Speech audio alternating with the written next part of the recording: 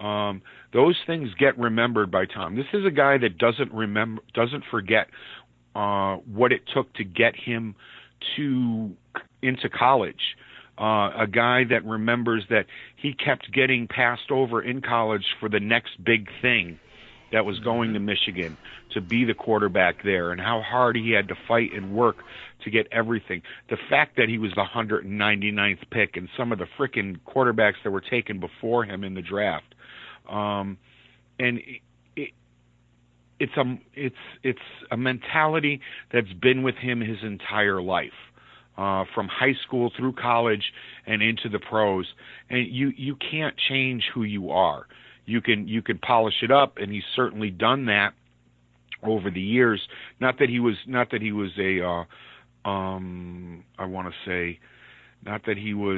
a disrespectful individual or in any way, shape, or before any of this stuff, but it sticks with him. He knows what is said. He hears what is said. I don't want to say that, he has an alert on his phone that says Tom Brady every time his name is mentioned on Twitter or somewhere, but he hears about these things. People let him know that these things are said, and that chip on his shoulder just keeps getting bigger and bigger, and he just keeps getting better and better. Yeah.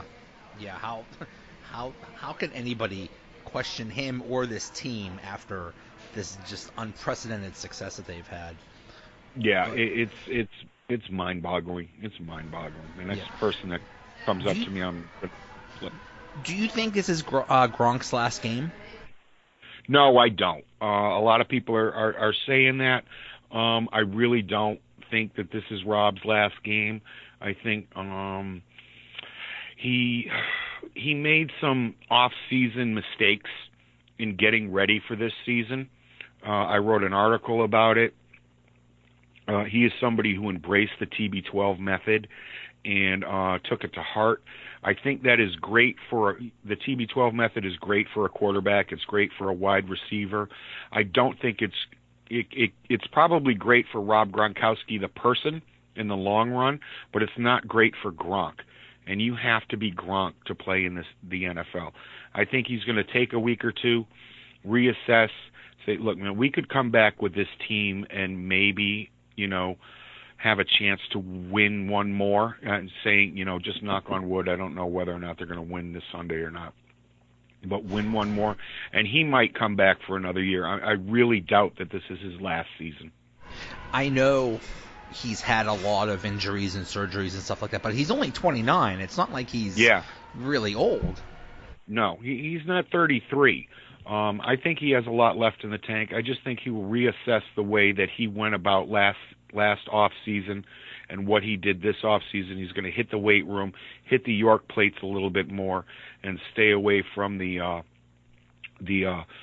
stretch bands that Tom uses to work out.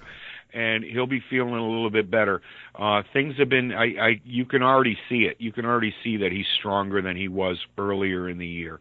And he's playing much better. And even if his role changes, I think Rob Gronkowski would miss football so much it would kill him. It literally would kill him.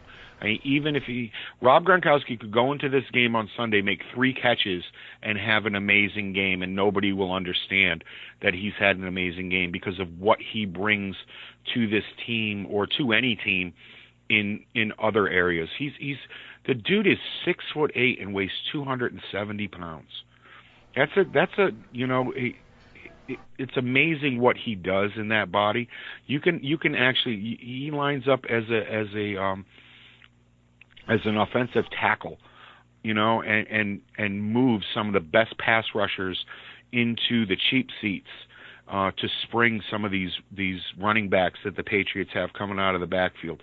What he does, he doesn't chip people. He actually knocks their block off before going out into a pattern to keep Tom Brady standing upright. It's phenomenal what he's still able to do on a field, and I really don't know if he has a huge career in Hollywood. I mean, come on. He's funny, but I don't know. I don't see a lot of Oscar nominations coming his way. No. More of the more of the even in action flicks. What's he going to do? Just stand in the background? Gronk is guy number 7. I just no. Yeah. I'm right there with you, man. Yeah, it's a lot different doing a commercial or a cameo as opposed to actually being in a film. I don't see him and Sylvester Stallone in Expendables 8 or whatever, battling it out. I can't picture that. Perfect. Are you worried about Aaron Donald? Of course I am.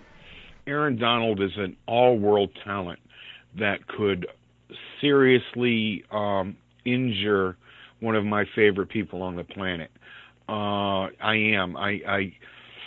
Dante Scarnecchia is a genius. So for you folks that don't know him out there, you should. He's the offensive line coach of the Patriots, and he has been for most of the past 18 years. And what he's done with this line and lines over the years is borderline miraculous. He is going to have to come up with a plan that I haven't seen before. This Patriots offensive line is well geared, and it knows how to remove defensive ends from the situation. You guys all saw it during the Kansas City game. You saw it during the Chargers game. Those are some serious pass rushers that they have on the outside. Arnold is somebody that can come at you from anywhere. I mean anywhere. And this is going to be straight pressure, straight up the middle, right into Tom Brady's face, because everybody knows this is how you beat Tom Brady. Scarnecchia is going to have to come up with a plan to block him and the rest of that line, that idiot Sue. I can't stand him. He's so filthy. And keep him out of Tom Brady's face. I'm confident that he's able to do that. I'm confident that Tom can get the ball out quickly and keep himself clean. But in the back of your head, man, it's just one hit away. It's just one hit away. And Darnold could be, he could basically, if he chooses to, this is a man who could put on the opponent's jersey anytime he wants, because that's the way he lives in somebody else's backfield. Yeah, I have infinite love for Aaron Donald because he's from where I grew up in the Pittsburgh area, and we both went to the University of Pittsburgh. So and he's another guy that, like Brady, wasn't given much. He wasn't heavily recruited in college. He basically made himself. He's a self-made man in terms of his success, and he is amazing. He really is. He was not the 5-star recruit that everybody was trying to go after. He's a homegrown kid. Those kids from Pennsylvania that just pop up out of the ground as amazing football talents. He wasn't that. He was a big guy who learned to play football, loved it, and became the best in the world at what he does. And you have to respect the hell out of that. Yep. So, what do you think is going to be the main factor in this game? How do you think it's going to go? I think it's going to be a trench war. I think whoever wins that trench war wins this game. It's going to be a fantastic chess match to steal a line from somebody else on Twitter that I can't credit because I'm sorry, I'm stupid and I'm old and I don't remember who said it. But it's going to be a chess match between both offensive and defensive lines. And whoever wins that is going to end up winning this game.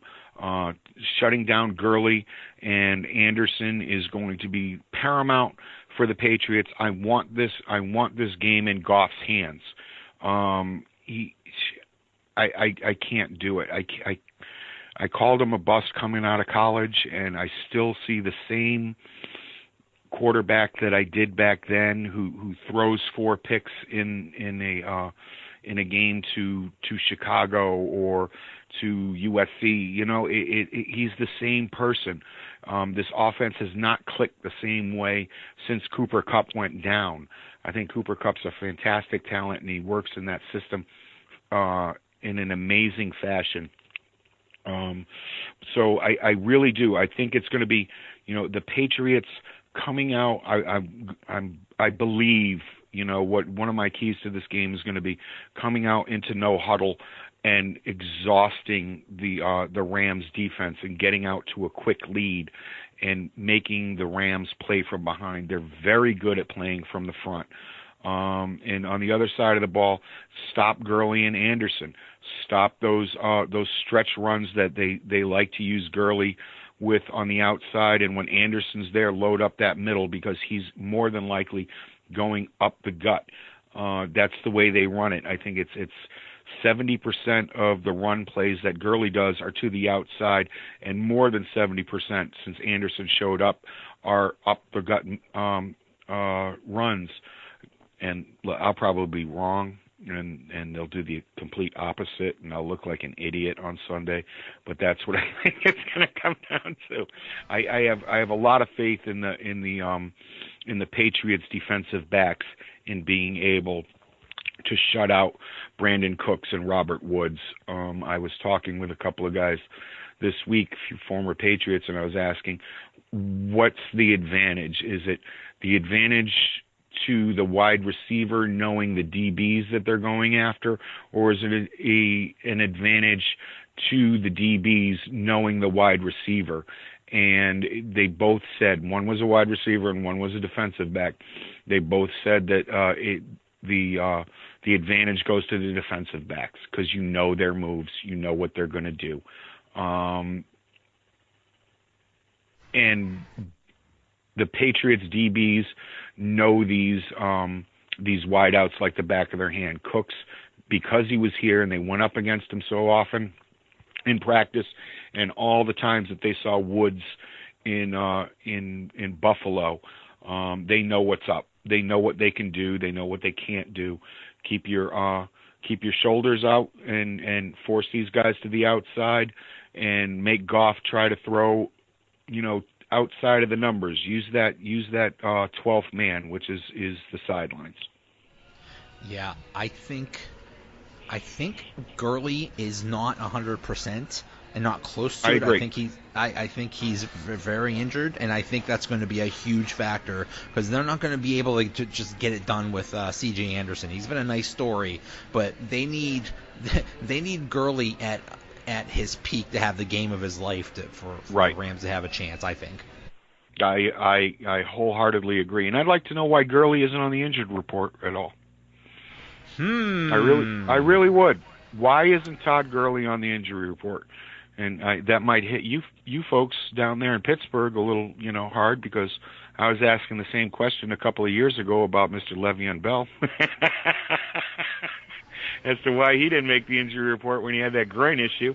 That's but right. No, why isn't Gurley on the injury report?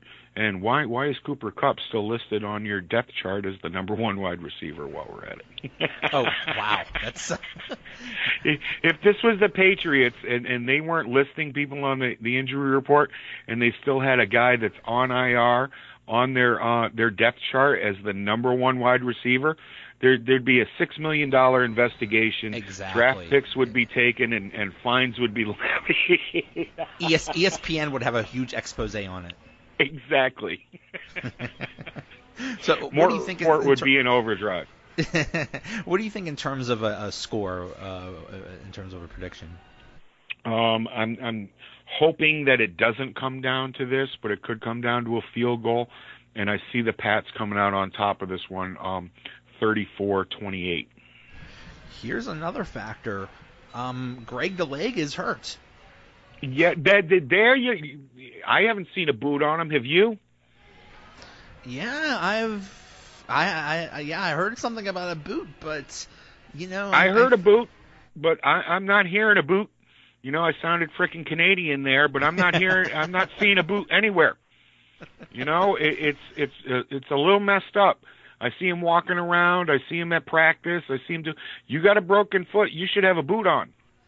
Yeah. And this man does not. Yeah, so I'm not buying that for one frickin' second, man. He scares the hell out of me. Both their kickers do. That's another key that a lot of people aren't talking about, is what they can do in the special teams game Mm-hmm. The Rams can do in the special teams game. They can flip the field quite easily. He can score,